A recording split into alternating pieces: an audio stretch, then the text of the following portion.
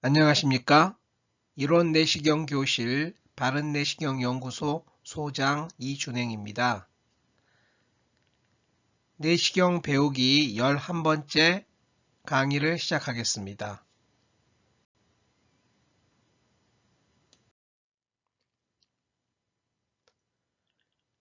펠로우 선생님들로부터 몇 가지 질문을 받았고 그에 대해서 답하는 시간입니다.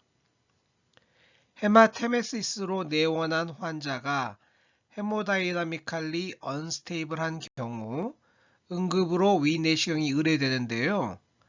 금식 시간과 상관없이 내시경을 보는 게 맞을 것으로 알고 있지만 실제 상황에서는 최대한 리서시테이션을 하면서 금식 시간을 어느 정도 지켜 검사하는 경우가 더 많은 것 같습니다. 이런 경우 금식 시간을 고려해야 하는지요? 라는 질문입니다.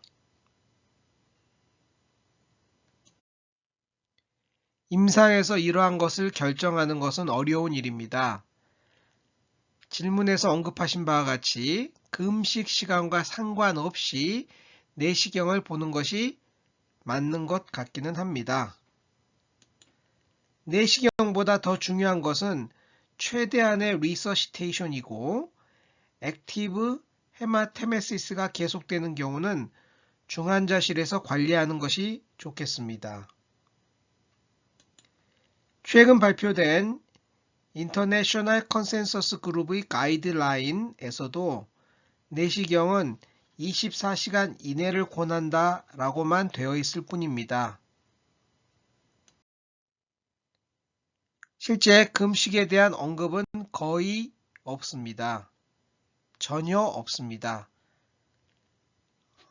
B3를 살펴보시면 Patient admitted with active upper GI bleeding, we suggest performing early endoscopy within 24 hours of presentation으로 되어 있습니다. 실제로 다량의 토열 환자는 혈액과 함께 음식물도 토하는 것이 보통이므로 금식 시간이 다소 짧더라도 내시경에서 위내에 음식물이 많지는 않습니다. 일부 음식물이 남았더라도 궤양이 흔히 발생하는 전정부, 위각, 위체 하부는 관찰할 수 있는 경우가 많습니다. 따라서 내시경이 준비되었는데 단지 금식 시간이 충분치 못하다는 이유로 검사를 늦출 필요는 없을 것 같습니다. 위내시경은 일단 검사를 시작하고 도중에 아니다 싶으면 언제든지 중단할 수 있다는 점도 잊지 마시기 바랍니다. 다만 내시경 검사 도중 구토로 인한 아스피레이션이 발생하지 않도록 주의하시면 충분합니다. 멜레나로 오셨고요. 바이탈이 유지되면 금식 시간을 지킨 후 위내시경을 하는 편이 더 나을 것 같습니다. 멜레나로 오셨고 바이탈이 유지된다면 출혈 속도가 상대적으로 느린 편일 것이고 이 경우까지 서둘러서 상부이장관 내시경을 할 필요는 없을 것 같습니다. 몇 개의 관련된 증례를 보여드리겠습니다. 폐렴으로 입원한 환자의 쇼굴 동반한 출혈에서 시행한 응급 내시경이었고요. 기술된 바와 같이 위내에 다량의 블러드가 고여 있어서 폰두스와 하이바디 부분은 관찰할 수 없었으나 위체 하부, 위각부, 위전정부는 관찰할 수 있었고요. 액티브 블리딩 포커스가 확인되었고 지혈술을 시행할 수 있었습니다. 이 환자에서는 음식물이 남아 있었던 건 아니지만 실제로 약간의 음식이 남아 있다 하더라도 이 환자의 병소와 같은 부위는 내시경에서 관찰될 수 있을 것입니다. 출혈 관련하여서도 적지 않은 분쟁이 있습니다. 소비자원의 분쟁 조정 결정이 되었던 사례인데요. 내용을 살펴보면 당뇨병과 말기 심부전증으로 복막투석 치료 중 복막염이 진단되었던 환자에서 흡변과 토열 증상으로 출혈성 위내시경 위12지장 궤양이 진단되었고 내시경 시행 후 심장 정시 발생하여 회복하지 못하고 사망한 그런 예였는데요. 환자 측에서는 환자 상태를 확인하지 않고 무리하게 내시경 시술을 시행하여 심장 정지가 발생하였다면서 1억 500만 원의 배상을 요구하였는데요. 병원 측에서는 특별한 잘못이 없다는 상반된 주장을 하였습니다. 이 사례에 대해서 소비자원은 위장 출혈로 인한 급격한 헤모글로빈 수치 저하 등 정신상태 악화 위험성이 있는 상태에서 위내시경 검사 및 병변에 대한 처치는 꼭 필요했을 것이므로 크게 과실이 있는 건 아니고 단지 위험도와 합병증을 보호자에게 명확히 설명하지 않은 설명 의무 위반 정도 책임이 있다고 하여 위자료 100만 원, 위자료 100만 원을 결정한 그런 경우였습니다. 사실 출혈에서 내시경을 해야 되는 환자는 다 위중한 환자이기 때문에 사망을 포함한 중대한 합병증이 발생할 수 있는데요. 이것이 모두 이제 의료인의 책임으로 되는 건 아닙니다. 71세 남자가 멜레나로 내원하셨는데 하트 페일리어 환자였고 CCU로 입원하시고 멜레나가 발생하여 내시경으로 지혈술을 하였음에도 불구하고 하트 페일리어 진행하여 사망한 증례가 있었습니다. 이처럼 상태가 안 좋은 환자에서 발생한 어퍼 GI 블리딩은 아무리 내시경 치료를 잘 하더라도 사망으로 연결되는 수가 있습니다. 일반적으로 소화성 궤양의 사망률은 적게는 5%, 많게는 10%까지입니다. 따라서 환자의 상태가 위중하면 거기에 맞게 적절하게 설명하고 꼭 필요한 치료를 할 수 있어야 합니다. 그러나 치료가 결과를 보장하는 것은 아닙니다. 헤모다이리시스 중인 CRF 환자가 쇼크와 의식장애를 동반한 대량 출혈이 있어 내시경을 하였으나 위내 혈액이 너무 많아 병소를 찾지 못했던 경우입니다. 즉시 혈관 조영술로 출혈 부위를 찾아 색전술을 하였고 바이탈은 안정되었으나 출혈이 지속되어 다음날 내시경을 하였고 성공적으로 지혈하였던 경우입니다. 위 푼두스 하이바디 쪽에 병소가 있었기 때문에 시야가 안 좋아서 지혈을 못했던 경우고요. 우여곡절은 있고 안지혈로 약간의 출혈을 딜레이 시키면서 다음날 지혈에 성공하였던 경우입니다.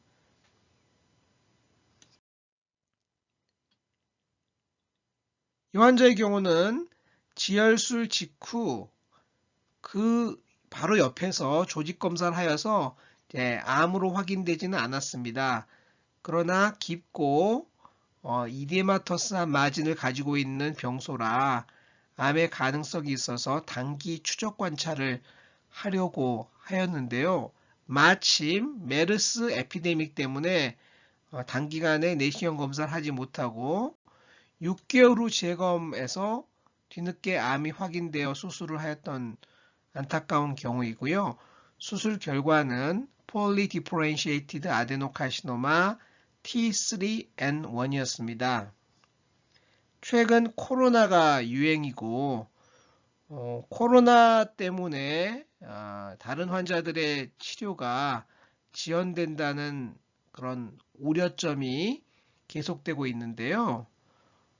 실제로 저희도 액티브 블리딩이 있었던 환자에서 코로나 검사 때문에 내시경을 바로 할 수 있느니 없느니 논의하였던 경우가 있었는데요. 저희는 임상적으로 워낙 급했기 때문에 코로나 검사 결과가 나오기 전이라도 내시경 치료를 해야 된다 주장하였고, 급히 치료 내시경을 하고 난 후 환자가 좋아졌던 경우가 있습니다. 코로나라는 에피데믹과 상부위장관 출혈이라는 응급 상황 간의 조화가 필요한 상황이라 생각됩니다. 출혈성 소화성 궤양으로 몇 번의 내시경 치료를 받은 분인데 반복 출혈이 발생하였습니다. 몇 번 반복 출혈한 경우에는 즉시 수술로 치료 방법을 돌리는 것이 안전합니다. 이 환자의 경우 얼서러티브 월을 판크레스 쪽에 붙은 얼서러티브 월을 절제 후 블리딩 사이트는 수술을 하였고, 게스트릭 월 디펙트는 프라이머리 리페어를 하여 치료하였던 경우입니다. 소화성 궤양 환자가 사망에 이를 수 있는 중요 이유 중 하나가 내시경 치료를 반복하다가 수술 시점을 놓치는 경우입니다. 수술도 매우 중요한 치료입니다. 모든 상부위장관 출혈 환자를 반드시 내과에서 내시경으로 치료해야 된다라는 잘못된 생각은 빨리 버리시기 바랍니다. 수술이 필요할 때는 적극적으로 수술을 이용한다. 이렇게 생각을 갖고 환자를 진료할 것을 당부드립니다. 두 번째 질문입니다. 저희가 기본적으로 조직검사를 하면 짐자 스테이닝을 처방하지 않아도 No Helicobacter pylori identified와 같은 결과가 함께 나오기도 합니다. 패솔로지에서 짐자 스테인 유무에 따라 헬리코박터 진단율 차이가 얼마 정도 되는지 질문이 있었습니다. 헬리코박터 진단을 위한 염색법은 여러 가지가 있습니다. 아래 표와 같이 장단점을 비교한 연구는 많은데요. 구체적으로 짐자가 HN2보다 얼마나 더 좋은지 숫자로 명확히 나와 있는 경우는 많지 않습니다. 김나영 교수님 등께서 발간한 헬리코박터 파일로리 책의 조직 진단 부분에는 이렇게 쓰여져 있습니다. HN2 염색을 이용한 헬리코박터 파일로리 진단의 민감도와 특이도는 각각 69에서 93 및 87에서 90%로 보고되어 있다. 짐자 염색은 염색 방법이 쉽고 빠르고 가격이 싸고 또한 비교적 일정한 염색상을 보여서 많은 병리과에서 선호하는 특수 염색이다. 민감도에 있어서 HN2와 짐자가 별 차이가 없다는 서양 연구도 있지만 보통은 짐자의 민감도가 HN2보다 다소 높은 것 같습니다. 아래의 작은 연구에서는 31%가 차이가 난다고 되어 있기는 하는데요. 보통은 짐자가 HN2보다 10% 정도 우수하다라고 보시면 좋겠습니다. 그러나 검사법 자체보다는 병리과 의사가 얼마나 경험이 있는지, 얼마나 정성 들여 관찰했는지가 더 중요합니다. 경험보다 정성이 더 중요합니다. 헬리코박터를 봐야겠다고 작정을 하고 충분한 시간과 노력을 들이면 HN2 단독으로도 매우 좋은 검사 결과를 얻을 수 있습니다. 요즘은 병리과 의사가 매우 부족하여 헬리코박터 유무를 HN2에서 자세히 봐주지 않는 경향이 있어서 늘 걱정입니다. 병리과 수가를 올리고 병리과 의사를 보다 많이 양성해야 하는 사회적 필요가 있습니다. 환자 상태에 따라서 진단의 정확도에 큰 차이가 납니다. 위축성 위염이 심하면, 즉 위산 분비능이 떨어지면 조직검사 센시티비티가 상당히 낮아집니다. 이럴 때에는 혈청 검사가 필요합니다. 건국대 이선영 교수께서 발표한 자료에 의하면 조직 검사 결과가 위암이나 위선종이거나 혈청 펩시노젠 2가 7.45 미만인 경우, 즉 위세포 분비능이 광범위하게 손상된 위에서는 위 질환의 조직 검사의 위치와 무관하게 짐자 스테이닝 조직 검사의 헬리코박터 위 음성이 흔했다고 합니다. 삼성 서울병원에서는 헬리코박터 검사가 필요한 상황에서 짐자 스테이닝을 표준 방법으로 사용하고 있습니다. 그런데 깜빡 잊고 짐자 스테이닝을 하지 않고 H&E만 하였다면 사실 그것으로 충분하게 보고 넘어가셔도 될 것 같습니다. 환자에게 힘들게 재검을 권할 정도로 큰 차이가 나는 것은 아니기 때문입니다. 세 번째 질문입니다. 로어 GI 블리딩에 대해 해리슨에 나와 있는 도표입니다. 라고 도표를 보내주셨는데요. 왼쪽은 헤모다이나미칼리 스테이블, 오른쪽은 헤모다이나미칼리 언스테이블, 이런 두 가지 상황이고요. 그 상황에 따라 치료 방법이 다르게 되어 있습니다. 헤모다이나미칼리 언스테이블한 경우 EGD를 먼저 하라고 되어 있습니다.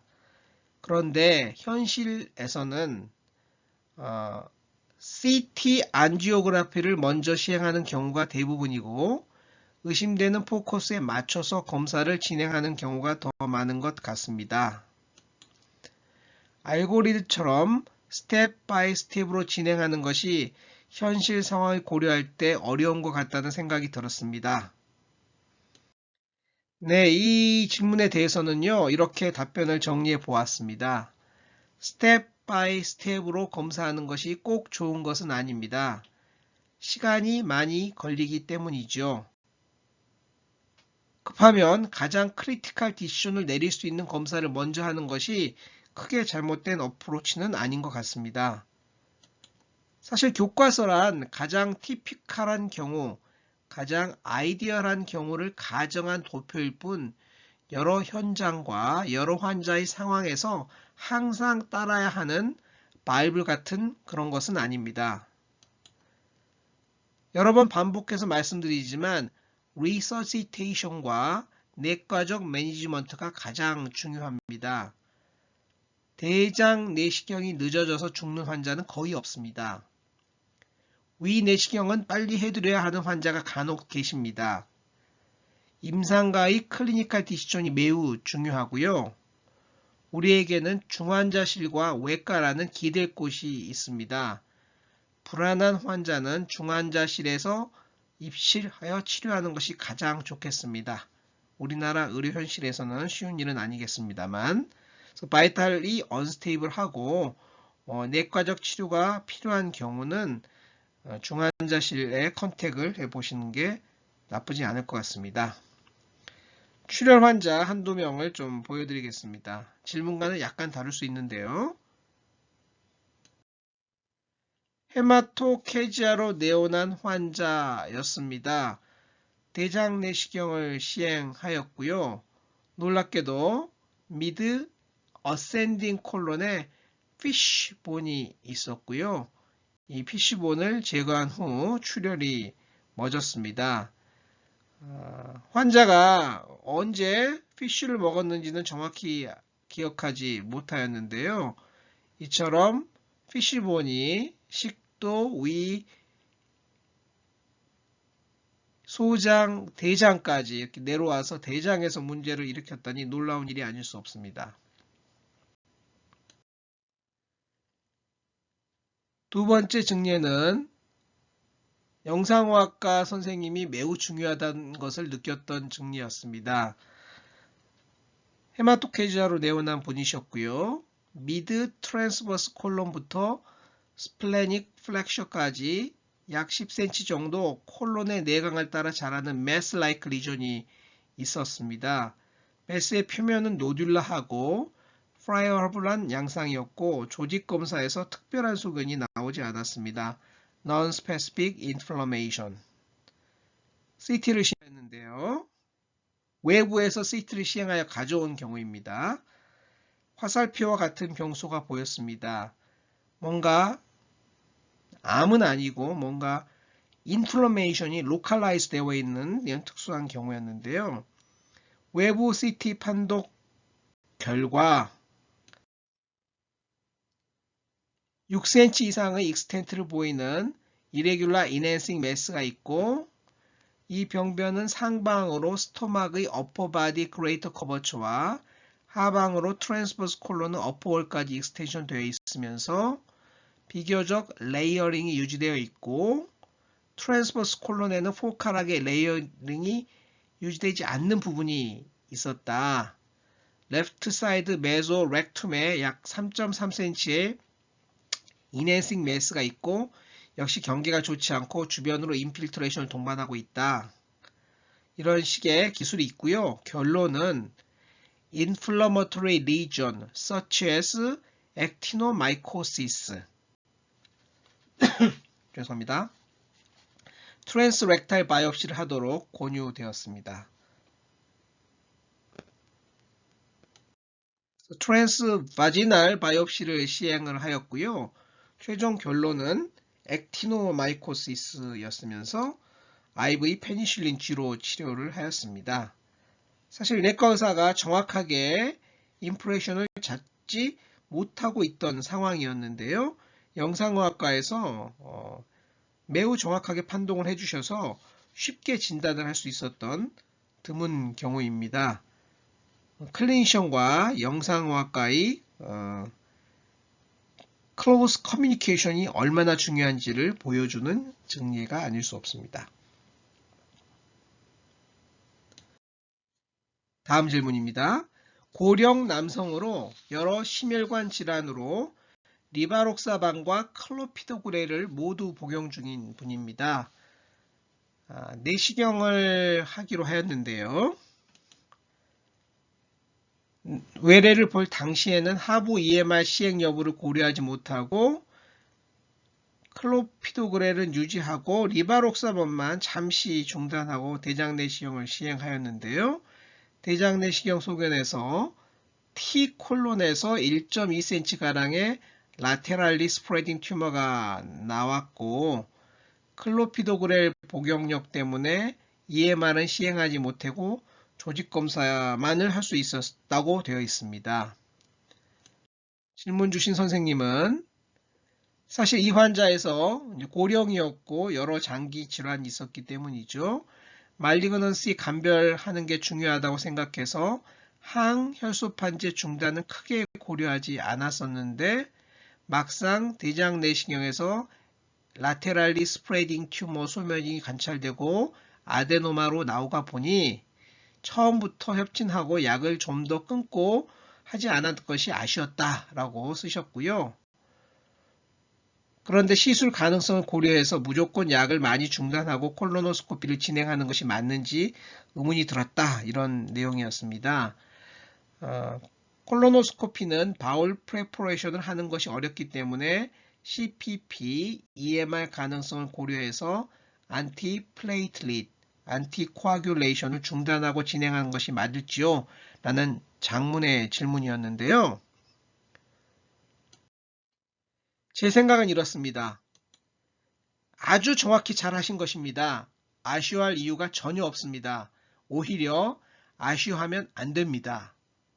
시술 가능성을 고려하여 미리 약을 충분히 끊고 진행하는 것은 틀린 것입니다. 시술 가능성을 고려하여 미리 약을 충분히 끊고 진행하는 것은 틀린 것입니다. 틀린 것입니다. 진단 내시경과 치료 내시경은 다른 것이거든요. 바울 프레퍼레이션이 어렵다는 이유로 불필요하게 약을 끊으면 환자가 돌아가실 수도 있습니다. 일전에도 말씀드렸지만 가이드라인을 지키는 것이 좋겠습니다. 아스피린이나 클로피데구레를 복용 중인 환자의 내시경 검사, 조직검사에서는 약물 중단이 필요하지 않습니다. 노약도 당일 아침 안 드시면 되는 경우고요.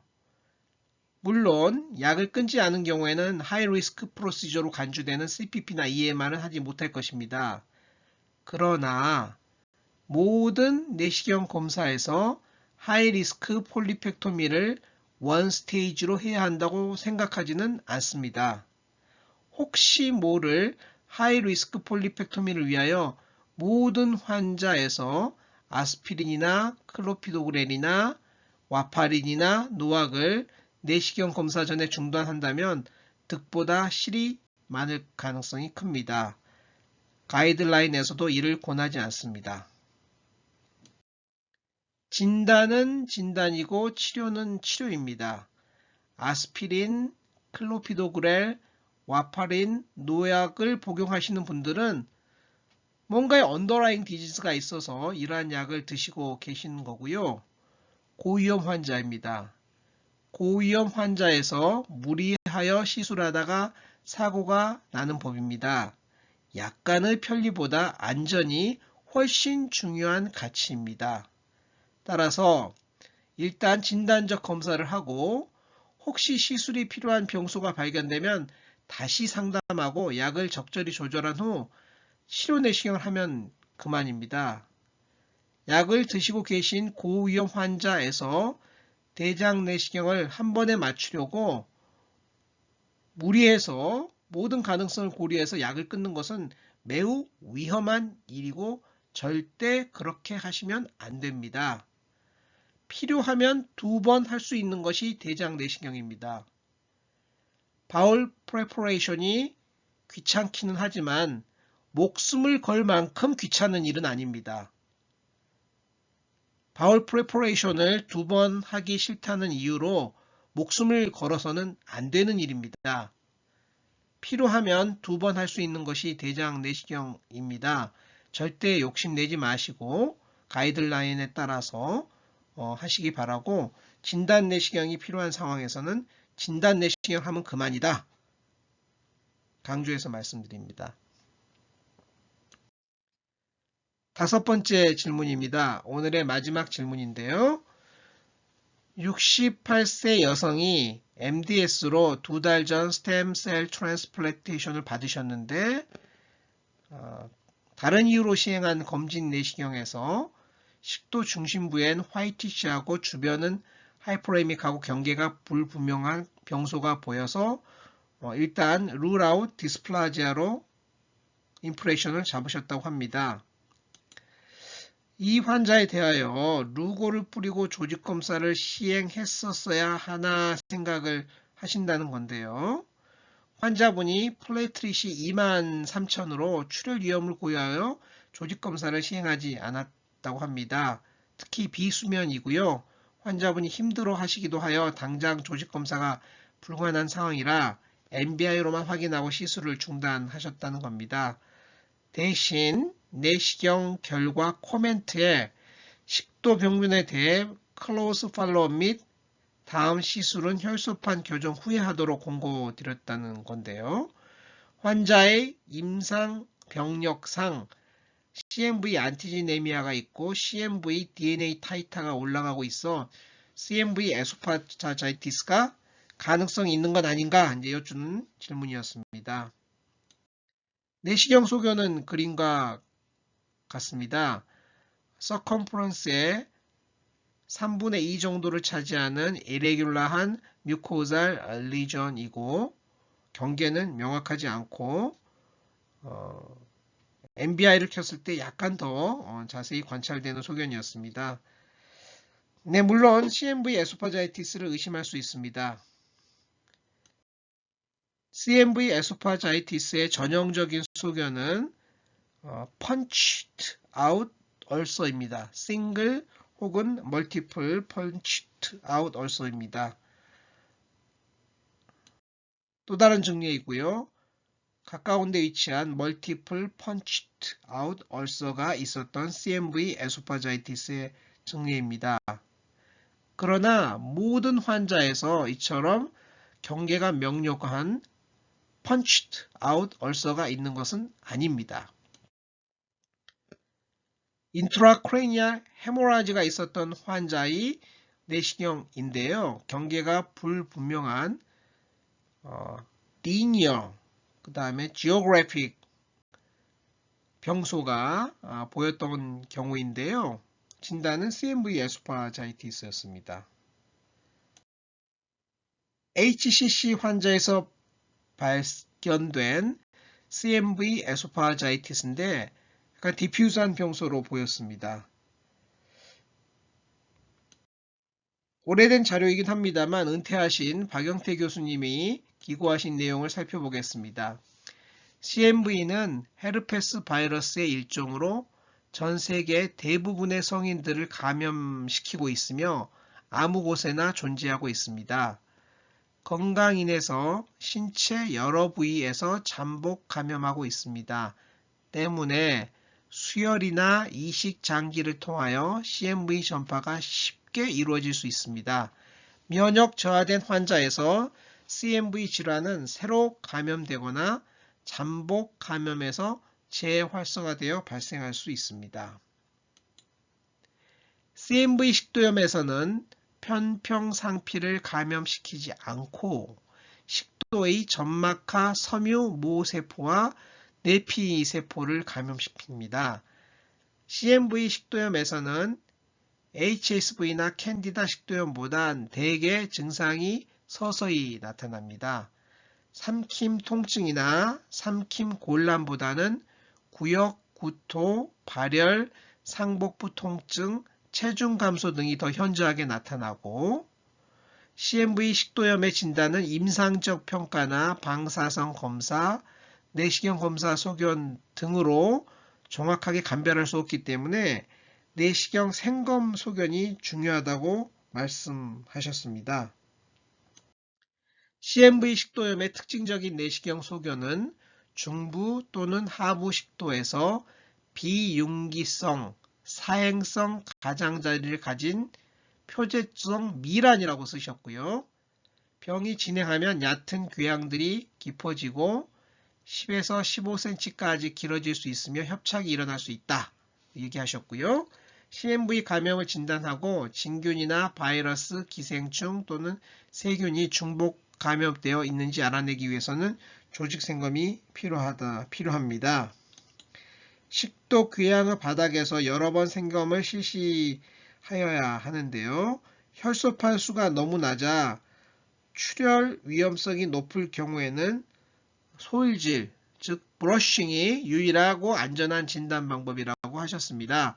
CMV는 위나 장의 상피와 고유층을 동시에 감염시킬 수 있기 때문에 CMV 감염이 의심되는 경우에는 위나 장의 비정상 점막도 함께 생검하여 조직 검사 및 비양 검사를 실시하는 게 좋다라고 쓰셨는데 이 마지막 부분, 즉 브러싱 부분은요. 요즘은 내시경실에서 거의 시행하지 않고 있는 술기이기 때문에 현실적이지 않은 내용이고요. CMV 환자의 식도 CMV가 의심되는데 위나 장까지 블라인드 바이옵시를 하는 경우는 없는 것 같습니다. 그래서 박영태 교수님의 설명을 참조하고 저의 경험을 바탕으로 의견을 말씀드리면 NBI에서 충분히 경계 판정이 되었으므로 누골은 필요하지 않았고요. 혈소판이 2만에서 3만 사이이므로 이 정도면 큰 암이 의심되면 조직검사를 하는 게 당연하겠지만 무증상인 경우에서 조직검사 위험을 하기에는 좀 걱정된다라고 볼 수 있겠고요. CMV 식도염의 전형적인 펀치아웃 얼서 소견은 아니지만 스템셀 트랜스플란테이션 후 기간이 짧고 혈액검사에서 바이레미아가 진행되고 있으므로 식도를 임발부한 CMV 에소파자이티스의 가능성은 높겠다라고 보이는데요. 다행스럽게 식도 증상은 뚜렷하지 않았던 환자이므로 혈액내과에서 적절한 매니지먼트를 하면 충분할 것으로 생각되었습니다. 증상이 없는 비특이적 식도 소견에 대하여 조직 검사도 하기 어려운 상황에서 너무 강한 추정 진단을 내기보다는 주치의와 상의하여 추적 관찰을 권했던 경우인데 이 또한 가능한 일이라고 생각이 됩니다. 네, 지금까지 5 증례에 대해서 설명을 드렸습니다. 경청해 주셔서 감사합니다.